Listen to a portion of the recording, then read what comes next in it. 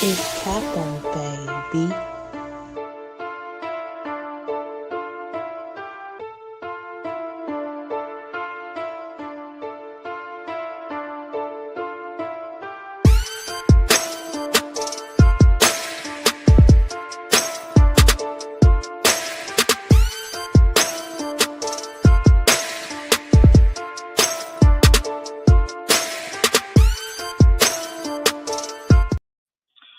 What is up, everybody? Welcome to Crunch Time, a very special episode of Crunch Time. I am Mel. Thank you guys for joining us.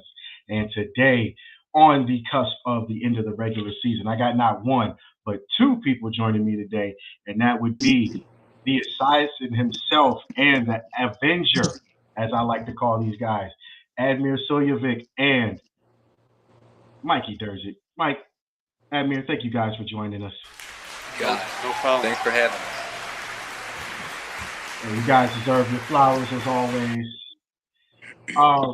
You guys are currently joining us from Chicago right about now, and I thank you guys for doing that. Um, have to ask. Start off with the real. How are you guys feeling being in Chicago right now? Go ahead. Yeah, we feel good. We feel like we're prepared for the challenge tonight. Guys look rested, so I think we're feeling good. All right, Admir, same question to you. Yeah, we knew coming into this weekend that we had to win, obviously, both games, but at least one to hopefully clinch first place. So we're just all mentally checked in for the game tonight, so we're ready to roll. I respect that. As tonight, for those that are not in the know and those that are trying to keep up, tonight is the game with the dreaded Chicago Mustangs. I have no control over how people accept that, but and then tomorrow is the game with Pao Chicago, which is a new expansion team. But let's start with tonight. Tonight, you guys you two guys being vets of the team, being on the team since 2021. You guys are no strangers to the Mustangs. So, what are your thoughts going into tonight's game? Hostile environment. I'm assuming this game is going to be at the Grand Sports Arena, which is a very similar setup to the soccer sportsplex. So, what are you guys feeling about going into tonight's game with the Mustangs? Well, we know they're a good team. I mean, the record doesn't show it, but they are a very good team. They're disciplined, they're young, and they're very quick. And they do have a good fan base, so it's not going to be easy. We don't take anybody lightly. We've always had tough games with these guys, so we're mentally prepared for all of that. We know what to expect from them. It's just we got to bring it tonight to get it done. I respect that, Mikey. What about you? Yeah, I think we have a lot of respect for the Mustangs. We battle against them a lot from year to year. So I think we know what we need to do, and it's just about executing it now. All right. Now, we did take the win against Chicago Mustangs here earlier in the season. We already know how this plays out going into, any game in Chicago is tough. Let's just call it what it is. But do you think this game should be any different than it was here in Cleveland a couple weeks back? I think it'll be tougher. Obviously they're home, so they're gonna have their fans behind them. There's a good chance there's a slight chance they still can make playoffs from what we know. So they're gonna be battling to win the game, and it's been heated with us ever since we started playing them from the first game. So I think they enjoy playing us as much as we enjoy playing them. Now, Mike, I've been keeping a personal stat on this one, as for the last 3 years that I've counted, you've been the most fouled member of the Crunch going against Chicago. Now, the backside to that is every time that a Chicago player has fouled you, you have literally scored a goal after said foul. So that, to my count, has been 7 goals scored after you've been fouled by a Mustangs player. Do you expect to be fouled tonight? And if so, is that going to help temperament anything you do after that said foul? Um, yeah, do I expect to be fouled tonight? Of course, I expect to be fouled. I'm a forward. I go, one-on-ones all the time. So the expectation is, yeah, I will be fouled. To score after, that's an interesting stat. I had no idea that was a stat. It's not. I just happen to keep tabs on it. Okay.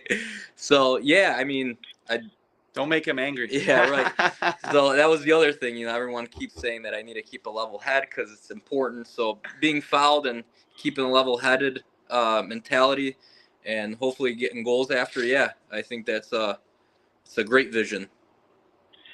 You know what? The reason I kept tabs on it was because I think it was the I think it was the Grand Rapids game. You got fouled, and there were no calls when you got fouled, and it turned out to be a great thing because you ended up scoring a goal after you got fouled, and then that goal turned into two, and one of those actually came on an assist from the guy sitting next to you, Admir.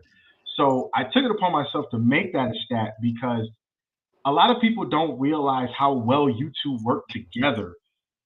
And I think that's a testament to you guys being so well adjusted and being members of the team for so long. How do you two keep the relationship to where you guys just automatically know what the other's thinking in order to get plays plays done or goals scored? Yeah. So, yeah, we've been playing a very long time together. Um, when Admir's family immigrated to the United States from Bosnia, um, we found each other on the same youth team. Um, and from there, we played till about high school together. And then we went our separate ways in high school. And then we found each other again in college. And we've been playing together ever since um, college. Uh, you know, I know his every step. He knows my every step. So I think that just over time and years of experience together, it shows. Yeah, I would say that this goes further back than just when the crunch started. I would say that it was even better when we were in our mid-20s. We were younger, faster, able to do a lot more things. But you know, thankfully we can still do it, and we do it together, and we enjoy it every time we step on the field together, and we enjoy the competitiveness together. So every time when we decide if we're going to play, what we're going to do, we make a decision together when it comes to soccer. Now, truth be told, I think this is one of the better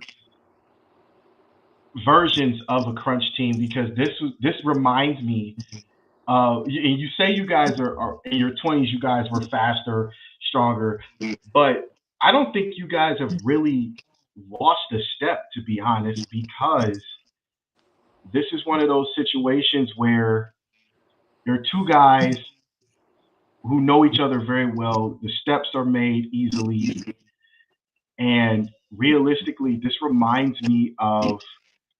you know, this reminds me of the newer version of Zorn and Hector. And you guys actually, not a knock on Zorn and Hector, but you guys look a lot better because you guys help keep the team in check. Uh, Mike is the brute force at times. When he gets fouled, he becomes a stronger version of himself. And then Admir, you're steering the ship the times that an attack needs to be made or a set piece is thrown out. What are you guys what are you guys like during training? Because we get behind the scenes a lot with you guys, but we don't get to see how you guys mesh together behind the scenes. So what are you guys like at practice? Yeah, well, thanks for that comparison. We really appreciate that. Zoran and Hector are, Sure. yeah, they're unbelievable players, and we have a lot of respect for those guys. We do the best we can at training. Training looks a lot like it's very competitive. We're always at each other's throats, always demand better from each other, but not just us. We demand better from everyone. I think the guys know that. Sometimes it gets a little out of control with the yelling and stuff, but it's just because we're competitive and we want the best and we want to play with the best, and we want to be the best in the league and win the league. So practice is actually very competitive. Yeah, I would have to agree. I would, and going back to your statement about you think that the team looks good and we look good. I think that we do have a lot of depth this year. I think we have, you have 3-4 lines that could be potential. You have the 3-4 lines that could be potential. They could make another team out of how many lines we have. You know what I mean? So it's hard to. It's not easy on Tone to pick 15 guys, 16 guys every game because there is so much depth and so many good players. And I think that's a testament to all of us and how hard we train and how hard we work. Because you see a lot of these guys that came a couple of years ago and they've improved tremendously from the beginning. I believe that, and that's an awesome improvement, and that's a testament to how you guys help lead the team. We're going to take a really, really quick commercial break, and when we come back, I got a really important question for both of you guys, and I think I have an idea of what you're going to say, but I want to hold on to that. So we're going to take a quick commercial break and be right back. Sounds good. Got a taste for something sweet? Planning a party? Or just want a midnight snack? Clarice's Confections is a local treat maker here in Cleveland and has made many delectable and delicious treats for the young and old. Her treats are made to order and can be customized to your needs at any occasion. To place your orders, email her at sweetsbyclarice@gmail.com or call her at 440-805-4303. And we are back with Mikey Durzic and Amir Suljevic. Okay, so we're in Chicago tonight. We're in Chicago tomorrow. We know what you're expecting from the Mustangs, but what are you guys expecting from Pao Chicago? Again, for those not in the know, this is an expansion team. I don't know how Chicago keeps popping up with teams, but regardless, they have another one. But what are you guys expecting from Pao Chicago tomorrow, as opposed to what you would expect against the Mustangs? We've watched Pao Chicago as well. I think Mustangs a much younger team. Pao Chicago has older players, and they have pros that played in big leagues, like in the Mexican League down in Mexico, and they're good. They have a lot of good players, so it's gonna be. I think it's gonna be a different game. I know they have a game tonight as well, like we do. So they're in Michigan tonight, so they got to travel back tomorrow to play us. So I really don't know what to expect from that, but we know they're going to be a good team. It's not going to be an easy game. Mike, you just have the look like you just don't care. They're just gonna lose anyway. Well, it's always difficult, when you play a team for the first time. You don't know what to expect from them. They don't know what to expect from you. I think first 5 minutes of the game, I think it's like we got to allow the game kind of to come to us, see what's working, see what's not working. Don't give up any stupid mistakes and capitalize on our chances. So, yeah, I think it's just very difficult every time you play a team for the first time. You just got to feel it out and allow the game to come to you. Fair enough. Now, my last question, because I know you guys are sitting getting ready for the match tonight. Both of you guys, for those, because I didn't even know this until I saw the research, both of you guys are Cleveland State alumni on the Cleveland State men's soccer team.